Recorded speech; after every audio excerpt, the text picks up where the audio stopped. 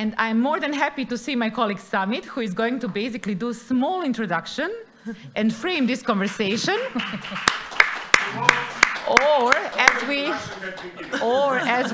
As we joke, men finally will explain to us what to do about female leadership.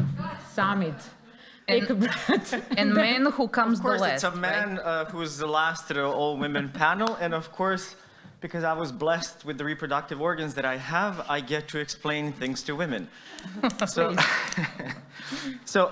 Actually, when we were preparing for this panel, Marina and I were talking about what it takes to ensure that pipeline for women's political participation and also leadership, economic participation functions. And we were thinking, it's not a question of pipeline, it's a question of the actual source. And I just wanted to set the stage before we go into this discussion on how things look in terms of labor force participation and things in the field. And I'm sorry, I'm still catching my breath because I was late.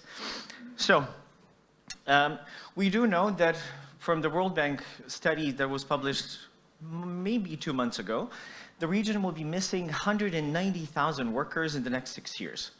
So these 190,000 workers in our 6 economies will have to come from somewhere. And at the same time, we saw that PISA results for educational attainment, PISA administered by UNESCO, the standardized test, showed that almost half of young people, so boys and girls, are having trouble comprehending text, understanding maths, or functioning at any level of functional literacy, where that rate is around 50%. So half of our young people are functionally illiterate. So we lose half, if we don't do anything, we lose half of those who might supply this pipeline at the very beginning. And also you saw the King's College study from less than a month ago showed that Gen Z men globally are the most conservative and radical group there is since 1960s when this was first measured. That also means that a quarter of men, well, quarter of boys who are grown to be men, are the ones who don't necessarily see women as their peers and equals, especially in decision-making positions. So half of them are technically illiterate. A quarter of all men already don't see women as equal. And at the same time, girls are outperforming men in every metric when it comes to high school and college education, so secondary and tertiary education. Women are already outperforming men, which is a good thing, but at the same time, it's a risky thing, because you're having a cohort of women that are better educated, that are gender equitable, that are being faced with men who don't see them as equal, who have less intellectual capacity to begin with than they do, and they're not allowing them to progress higher up. That creates resentment among women and disengagement, because you can fight up to a point. So the reason why I'm here in this panel is to be that part of the conversation. How do we make sure that women are not systemically discouraged from wanting to be more than they are and wanting to achieve more than the society is allowing them to? And I think the inequality that we see at the top levels, we can talk about tips and tricks on how we make sure that equality happens there, but that equality is a product of an aggregated set of discouragements at lower levels that compounds, and that not many women can break through, and that it's not a failure on part of these women that they're unable to do so, and it's also something that we need to fix. So that's my introduction, Marina. Am I fine? I hope that we are both fine because we were so late. Thank you so much. And I'm not quite sure, have you had a chance to meet my amazing panelists? Introduction happened or not? Yes. Yes? Bravo. Bravo. Okay, 30 seconds more for us. So I just want to double check. Do we have Adria, Western Balkans people in the room, or we have people who are coming from other regions so we could keep in English, or we want us to switch to our languages? Local one? English. English? Okay. Let's proceed and enjoy my accent. So I'm more than happy to discuss with these three powerful ladies who are going to kind of unpack this synonym, what like female leadership look like in their own initiatives, organizations, companies, but also tips and tricks for those of us who want to learn and maybe go through the system and understand, okay, what is the next step for my own career path, and also how to potentially challenge all of these traditional norms, gender barriers, who are facing or who are basically, we were born with them, so we don't know then, like, okay, should we just accept it or we should challenge them? And just a small check, how many feminists we have in the audience? Huh? Because feminism is translated wrongly, but we could touch base later on. Marina, you are running HR among major banking company in the region. Give us your insights, basically tips and tricks as we discussed. What really make the change? What type of investment in networking, in mentorship, in career development really make an impact on organizational level, but also in like systemic level change, but also individual change, in a sense that you see that your HR strategies are not just like nice piece of paper? I would say one key thing. So when all of these things, and we talk about development, so be that networking, coaching, mentoring, any kind of the developmental format, when it's no longer an HR initiative, is when it stops being an HR agenda per se, but it becomes a leadership obligation. Because when it's a leadership obligation, then it gets, let's say, another point to it. So from the practice, I would say two things. One is it needs to be driven from the top.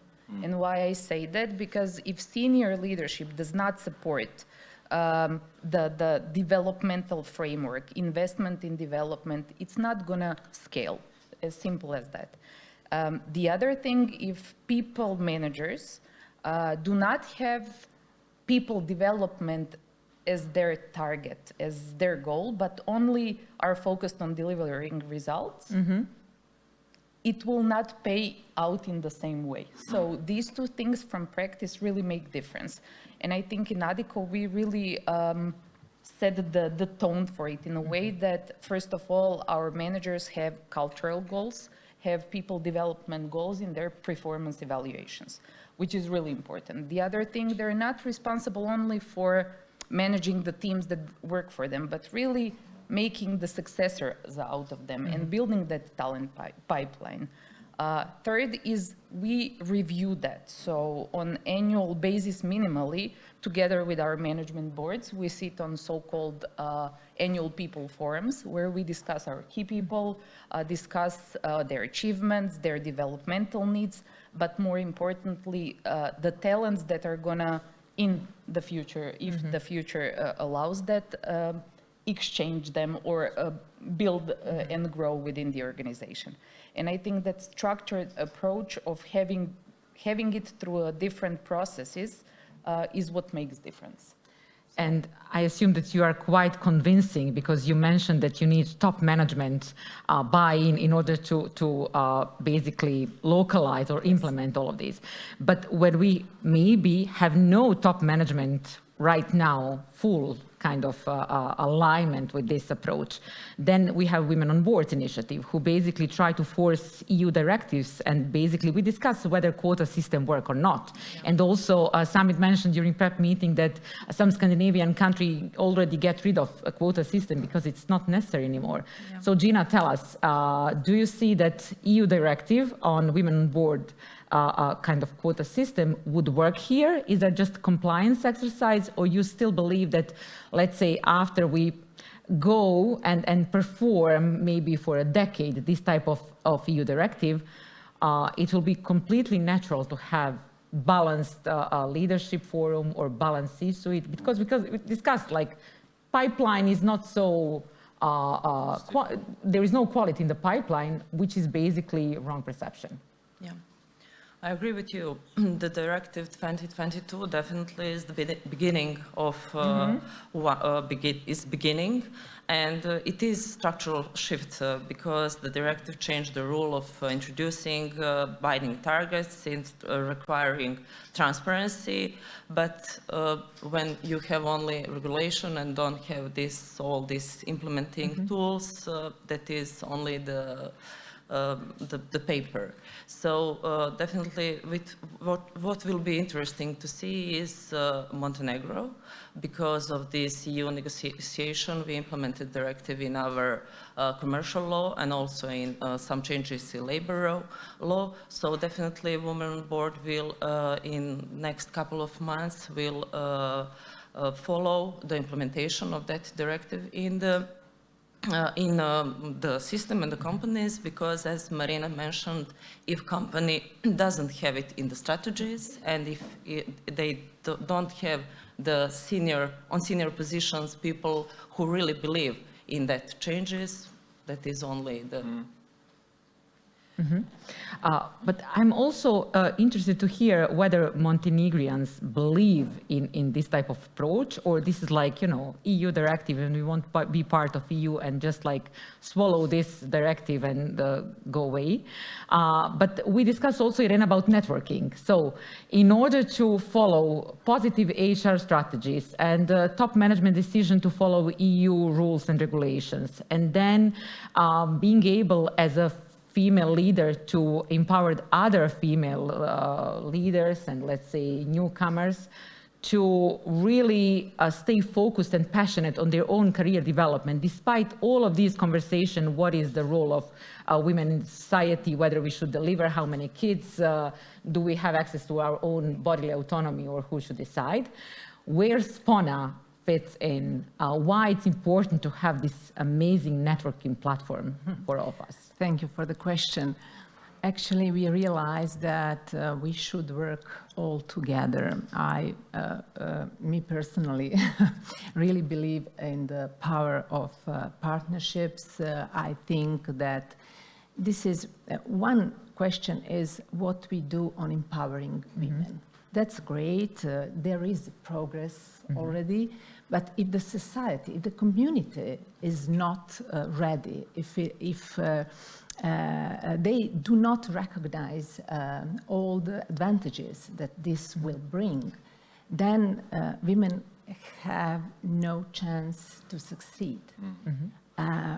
We launched SPONA with the idea of creating a network of women and organizations that are committed to driving positive change. What I mean by that, the society will move forward only if we have the same rights, but also the same opportunities. If we are equal, if we have the same access, the same level of access to resources, if we have the same support. We all know about informal male networks that are so powerful. If we talk about board members, usually the majority are men. Why? Because we all, as a society, work on the level of recommendations, networks. Unfortunately, women are not so supportive. There is no culture of solidarity as it is in the case of men. And that is something we should work on. Voba do great things. I really appreciate everything what you do. We need more initiatives like that.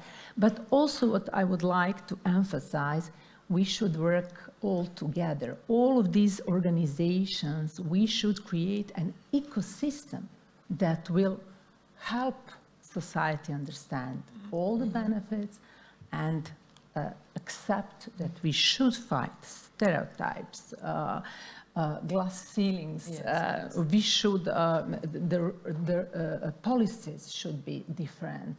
And it's up to us to work, I say, we as women, but also with the support of men. They should realize why it is in their interest as well. You touch upon stigmatization, gender norms, cultural norms, implementation of the policy, because interpretation is quite important. We have quite good laws, but when it comes to implementation, that may fall apart. Then, Samid, you work a lot with young people, and what have you learned so far? What they're expecting from us? Because usually we discuss all of these trends nowadays, and we don't know what future will bring, but you mentioned that we cannot afford to basically decide to invest just in one sex. Of course. I mean, in that sense, I think we're almost losing the battle because we're fighting a battle that always comes with time delay. So everything that is happening today actually happened 10 and 20 and 30 years ago in terms of demographics, in terms of education.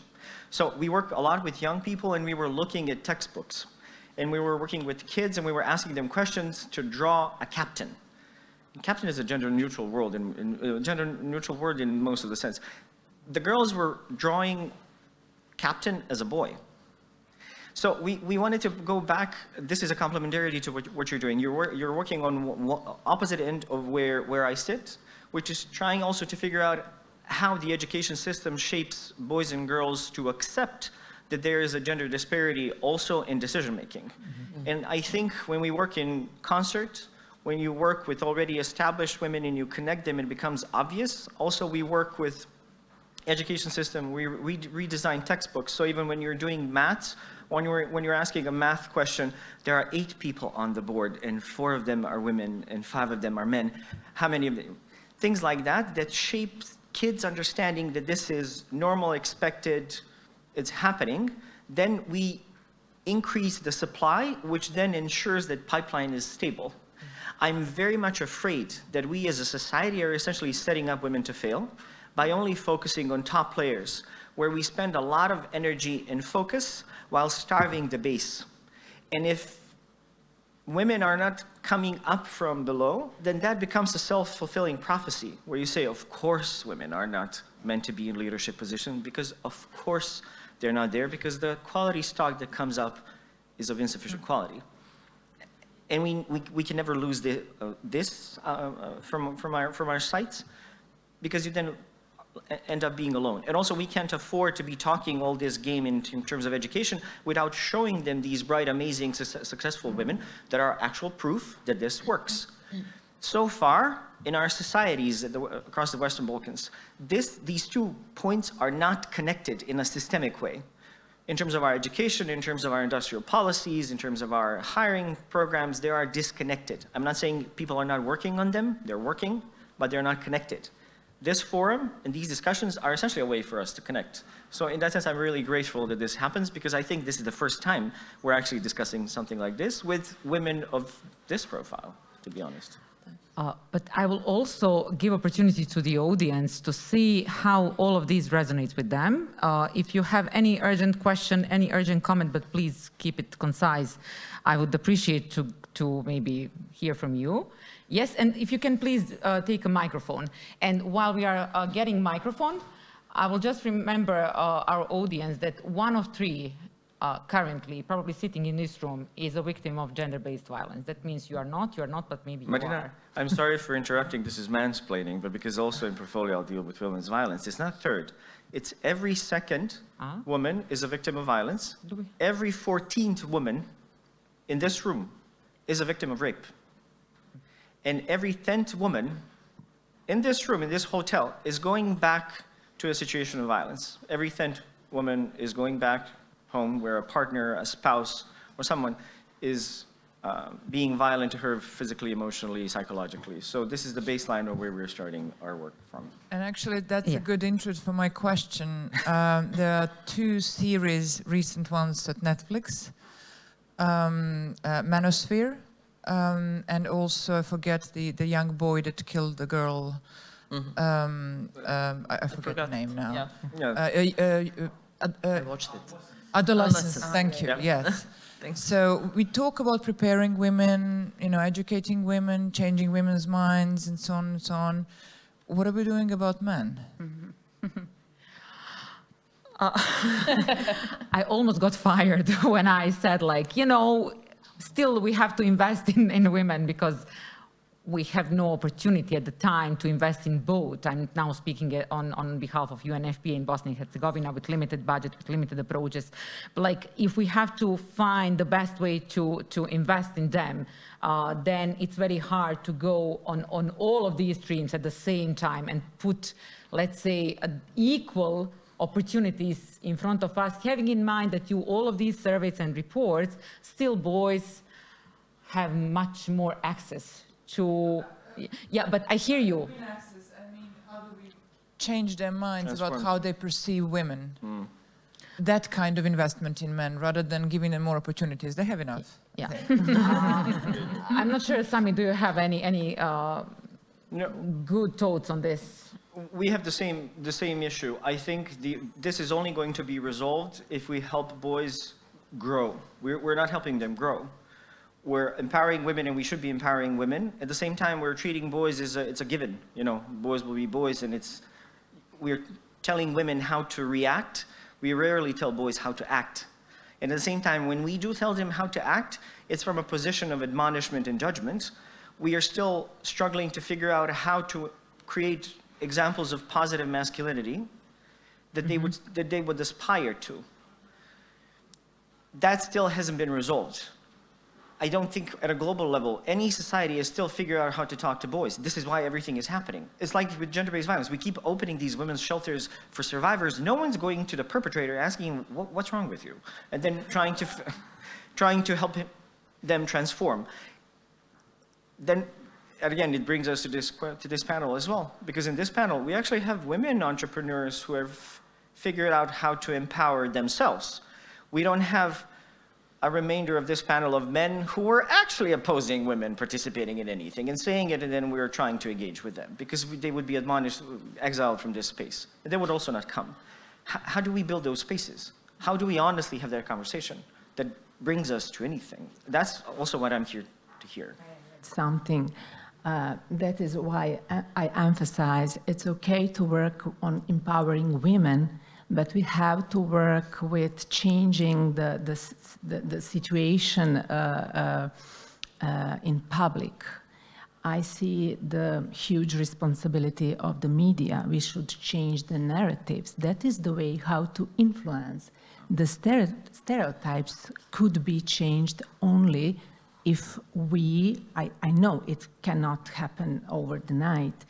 It takes time. Norway needed over 2 decades to change, even with gender quotas that were mandatory, to change the politics, to change everything. But I know it's a long-term process, but we have to start and to work on different fields. So empowering women is, by my opinion, we are on the halfway. It's not a problem. Yeah. The problem will be the society, because so many actors, so many systemic changes that are necessary, and that's up to us to change policies. And we try to contextualize, if that is the right English word. When we discuss female leadership, there is a gender-based violence. When we discuss female leadership, there is access to, let's say, education or unpaid work. And we know how many, unfortunately, women are facing severe issues such as cancers. We as UNFPA work across this region to establish screening program for cervical and breast cancer survivors. And we cannot distinguish, let's say, your female leadership pathway without your health and mental health well-being and the family support and leadership support. So I will come back, Marina, to you to touch base on your perspective, whether companies and how they could invest the best in their own labor force in order to get the most out of it, especially for this category, women 40 plus, 50 plus, who are very often faced with this type of diagnosis. I will answer this question from 2 angles, professional but also personal. Honestly, if employee health and well-being is not the topic of organization, it's really a strategic failure. And companies who get this do not even treat it as a benefit to offer to the employees, but as a must. And now coming back to the question, I would say there are two, let's say, angles to answer this. First one is prevention, like you said, women in 40s, 50s, cancer. I would say the prevention is something that starts earlier than that. We should educate those women who are in their 20s and build this awareness of things that happen at a later point, because that shows that creating that awareness also helps the organization to build a culture where health is actually considered as, let's say, a priority. So when I talk from the Addiko example, I can talk about million things that all our banks do to support not only female, but also the male colleagues. So we don't see it as a one-off activity, but rather as a system. So from all year-round Addiko balance programs to Pink Octobers and Novembers, where you have different educations and checkups that are free of charge. Annual checkups with a free day to do that, actually, because we always say, I don't have time for it. Participating in activities like Race for Cure, having the access to online platforms like Resilient, that's not only educational material, but actually the access for people to talk with professionals, whether they're affected by violence, whether they're divorcing or having problems with partners, financial issues, any kind of disease. This is the mechanism that you give to your employees for the prevention and awareness. But there is a second point which is very important, and that's response. So what do you do as an organization when things become nasty? And I will use this opportunity now to re-emphasize the importance of it from a personal angle. As fortunately a cancer survivor, when a situation like that happens to you, there is no money, no value in the world that can describe when the organization supports you. So if you as an organization only have policies, that's not enough. What values at that point in time is what do you do to support and how you behave. So do you have financial support to give people for treatment? You have office policy coming to office, but in these circumstances, you allow people any kind of flexibility to work. You give them the access to psychological help, that someone that they can talk with. But most importantly, do your people, employees, and managers know how to behave, how to talk, and not to ignore that when they know a colleague is facing a problem like that. So from a personal angle, like someone who's gone through that, it's not a benefit, it's not a nice to have, it's a must of every serious organization. And I really stand behind that firmly, because it's not only the right thing to do, but in essence, it does come back to you as an organization through retention, through the engagement of that employee, and through your organizational reputation in the end. So having that as a topic, it's not nice to have, it's a must, and not only for women, but also for men and for everyone, but re-emphasizing health is a must. Bravo, bravo.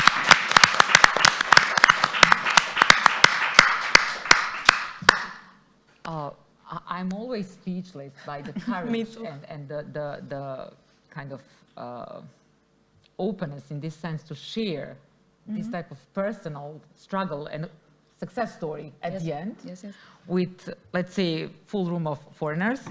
But also as an ex-journalist, I am quite childish in a way to find the proper word to say, like, thank you for sharing, and hopefully we will hear more and more these type of success stories, because we need to believe. But not from you. I think I gave mine. No, you can repeat your really to believe that we could fight on all of these levels and different areas in order to really reach our full potential. And there was reaction from the audience. Do you have a mic? Yeah. Yeah. Would you please just pass the mic? Because of We have 9 minutes, so one question, one final answer from your side, please go ahead. It's not actually a question, it's just a comment. It brings to my mind some thoughts that I would like to share with all of you. So thank you for having you today with us. Also, my name is Nataša Milović. I'm coming from Addiko Bank, Montenegro. So speaking about men, I fully agree with the lady in the first row that men should also work on themselves. If we are giving the full effort to become better and better and better. But also there is one thing maybe we share all, especially in Balkan region, that women are the, I can say, still main parent that works mainly with children. So it's very important from our side to teach our boys how to behave in our own homes. Exactly. So we cannot change maybe, or it's hard to change the existing generations, which are in, I don't know, 50s. But what we can do is to change our boys. So just to think about how to approach them. And that's how we're changing the future. Additional homework for moms. Yeah, really. And for dads. I hear you, and thank you for raising this on the personal level. I'm sitting in different type of panel when we recruit people, and then I'm honestly, between two of us, quite happy when I see failure, like he's shaking, he's sweating, like he feels insecure, and then I feel like, okay, come on, give me all of these intergenerational trauma back. Because usually, you know, you are going to be treated by some male leader who is going to question whether you are good or not for this role. And now when we have this different power balance, something I would say animal very often pops up. I see that you are reacting, but it's also on my to-do list to think strategically how my little one could be one decent human being, respecting all people, including different genders, different beliefs, different attitudes, different religions, different colors. Sorry, you want to react? No? No. You want to? No, I'm taking notes for the boss. I think this is recorded, so I'm already out. If you want to employ somebody like me, super authentic, I'm here.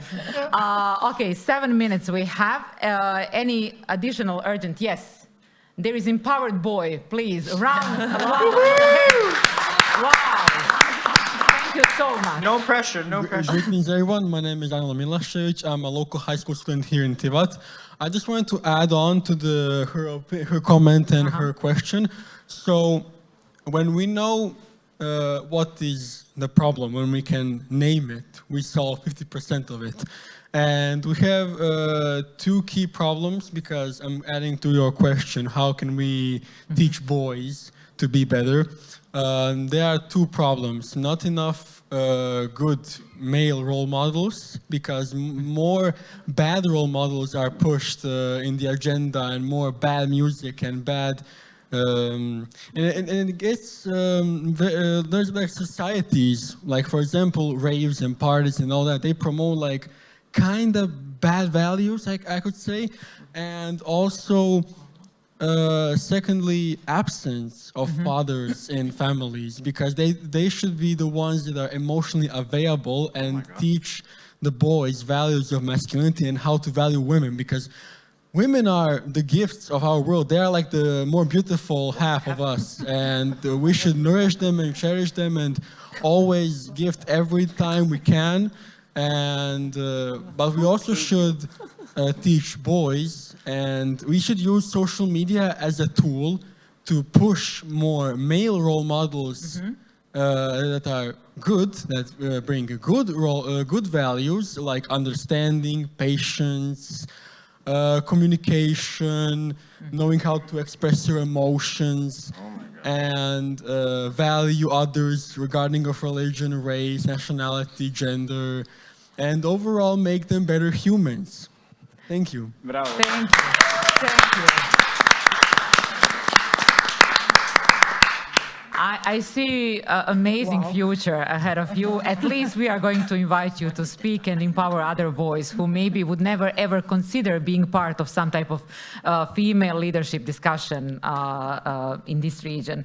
And one of the best examples that we could offer is basically when we work with religious leaders from 3 religious communities in Bosnia to discuss gender-based violence. This was the most successful campaign in the sense that non-traditional voices and non-traditional stakeholders in their mosques and churches were preaching about non-violence, about like that God has never ever said you have to go and beat your wife. So thank you so much for changing this narrative and give us additional homework again to find more male champions. Girls, we have 4, thank you so much, less than 4 minutes.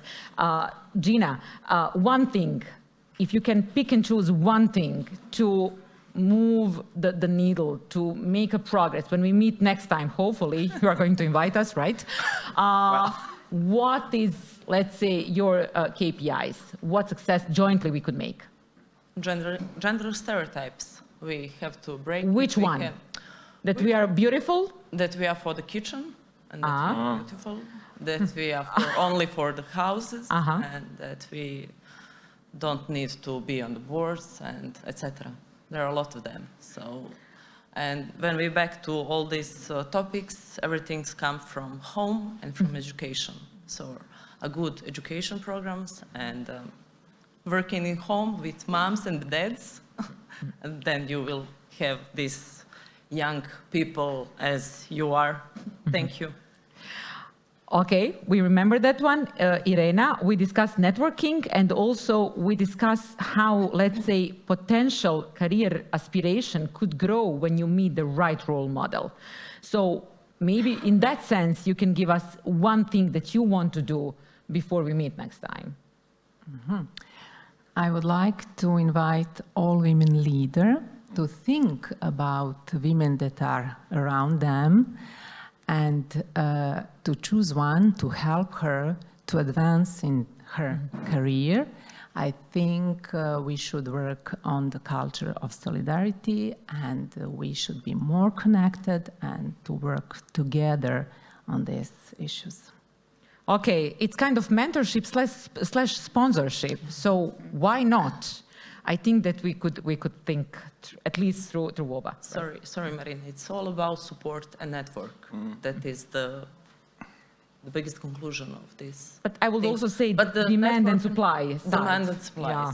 You have to seek and you have to use that network strategically. Yeah. Marina, one thing that we could do, or you can do, you are already the champion, to maybe help us to localize in Bosnia in this sense, to really move the needle in this female leadership context. I would say, as we discussed yesterday, so this whole movement towards more networking, towards more mentorship is a great thing to do, but is it really used in a way that it could be used? Or there is room to grow? I really believe in the format of sponsorship, and this is what we talked about, and I don't see it living in at least this region here, and I talk about the Adria region primarily. And when you think about leaving college and having a professor who helped you or pushed you to get your first job, that's what made the difference for you. But then when you come to higher level positions, we don't advertise board level position, B1 positions. We don't do advertisements for these job positions, but these are done through networking and who knows who and who will recommend who.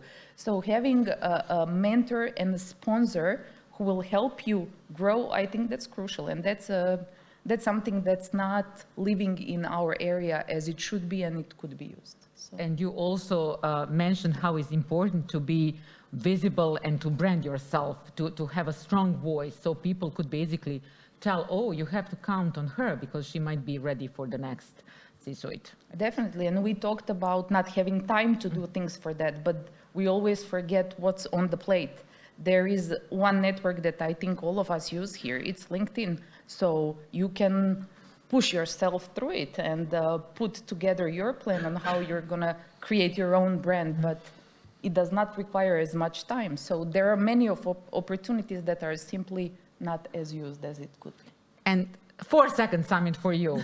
Last barrier, actually the first barrier that you want to move forward before 27.